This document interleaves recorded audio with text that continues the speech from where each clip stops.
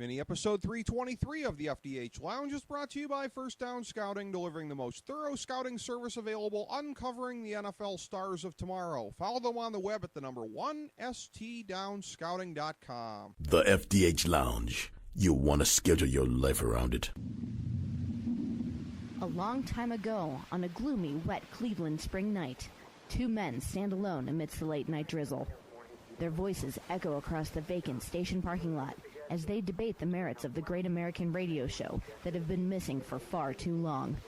On that night, an idea was born. That idea became the FDH Lounge.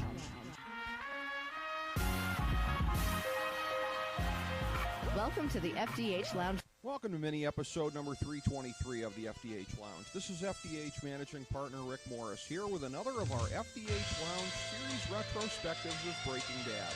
Today we're examining top adrenaline moments of the series, starting with number 20 and going down to number 11.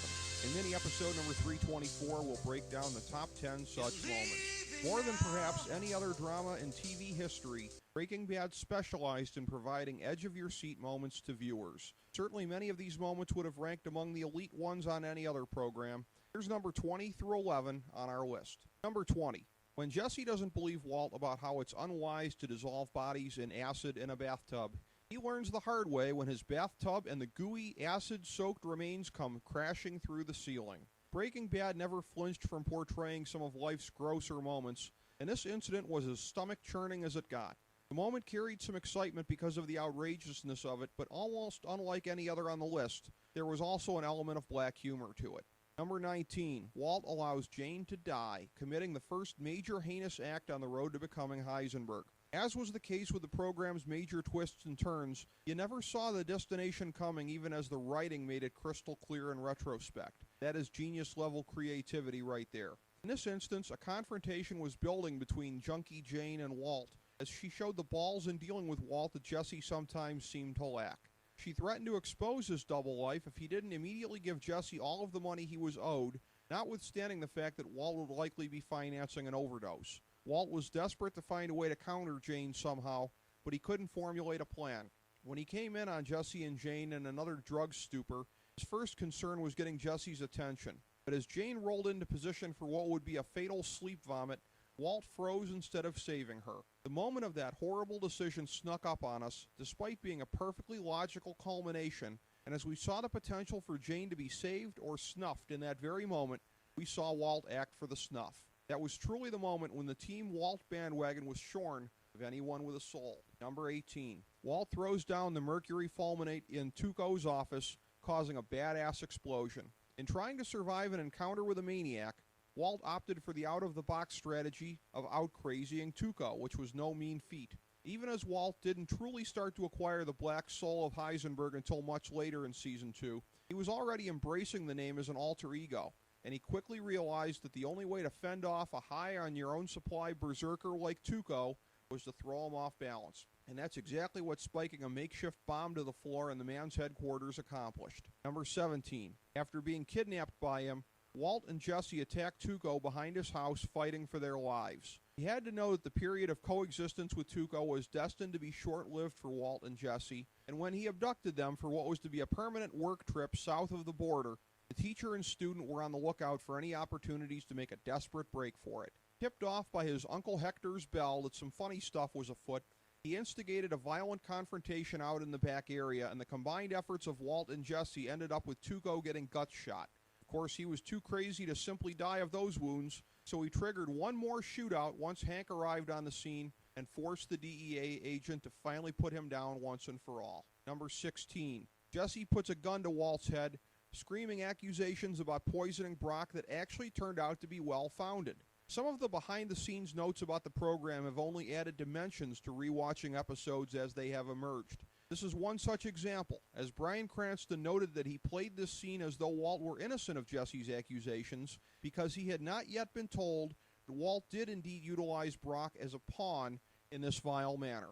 Of the many transformations on this show, Walt's journey from hapless to smooth liar was one of the most dramatic.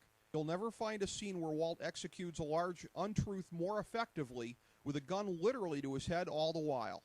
Even more than their savage fight a few episodes earlier in Season 4, this moment carried the weight of the bad deeds done by Walter and the ramifications that could easily result with the squeeze of a trigger. Walt's ability to back Jesse down exposed the previously mentioned beatdown on Walt as nothing but a momentary upper hand in the relationship for Jesse. Number 15. If you're ever in the desert and you see a severed human head coming your way on a tortoise, run in the other direction. The cartel's trap for the DEA in El Paso was of a completely unique and insidious nature. The head of an informant, Tortuga, attached to a tortoise crawling across the desert. Oh, and Hola DEA was scrawled on the shell.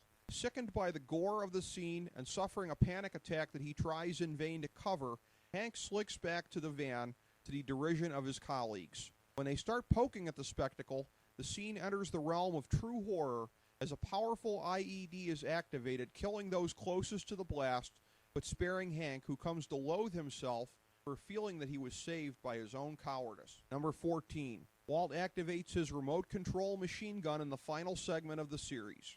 The final moment of consequence in the entire series, foreshadowed by the flash forwards in episodes 5.1 and 5.9, featured a truly wondrous example of engineering from Walt's big brain. As viewers, we knew that the machine gun was meant to take out the Nazi gang, and Walt was seen jerry-rigging something out in the desert, but it was hard to ascertain exactly what he had in mind. The camera kept lingering on his attempt to regain his car keys after they'd been seized from him in Uncle Jack's rec room in the compound, but again, the exact nature of what was coming was not fully clear. But when Walt subtly regained the keys and then tackled Jesse after making the impromptu decision to save him, it was getting easier to figure what was coming.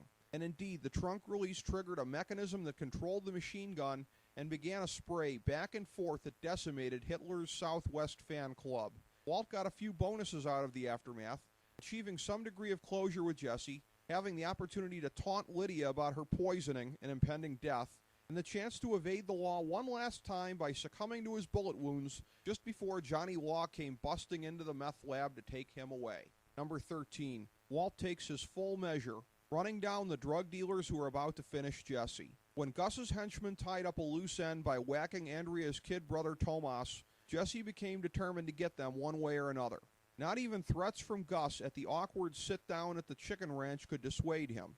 Earlier, Mike had warned Walt in his dealings with the loose cannon Jesse that there could be no half measures. Words, Mike would note somewhat bitterly, that could be open to interpretation. Because the way Walt took them was to locate Jesse just as he was about to take the law into his own hands, blitzed on a lethal cocktail of drugs, rage, and grief, Jesse was no match for the one-on-two scenario on his enemy's turf. But add a speeding Aztec to the equation and everything changes. Walt perpetrated what might have been TV's first hit-and-run that culminated with a gunshot as he single-handedly rode in to save the day in a true heart-in-the-throat moment.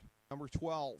When Walt's secret is finally exposed to Walt Jr., a knife fight highlights the last moment together as a full family. Walt could have been forgiven for thinking that his day couldn't get any worse after his disastrous decision to give Uncle Jack's gang the coordinates in the desert got Hank killed and cost him $70 million. But there were very wrenching moments ahead for him when he got home.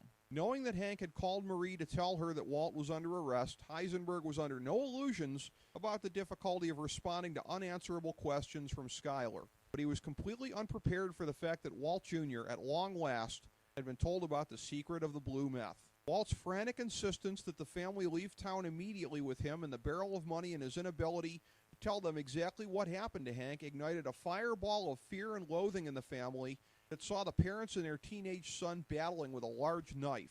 Still to come was Skyler's biggest moment of desperation and denial in the entire series as Walt kidnapped baby Holly and left her chasing him in futile flop sweat down the street. Ozymandias was one of the greatest episodes in TV history, but in no way is it for the faint of heart. Number 11, Jesse goes on a rampage that culminates in drenching the White family living room in gasoline after learning that Walt did poison Brock. Right about the midpoint of Season 5, Jesse figured out that Walt murdered Mike, but there were still limits that he foolishly thought that Heisenberg respected. His accidental epiphany about the reason for Brock's hospitalization came a few episodes before the reveal to him about Jane's death, so the moment carried tremendous impact. In trying to stay on the good side of the grid eraser, Saul's decision to use Huell a second time to pickpocket Jesse ultimately confirmed the previous suspicions about the conspiracy to poison Brock and frame Gus. Jesse's subsequent blitzkrieg, with the violence back at Saul's office and the assault on the White House,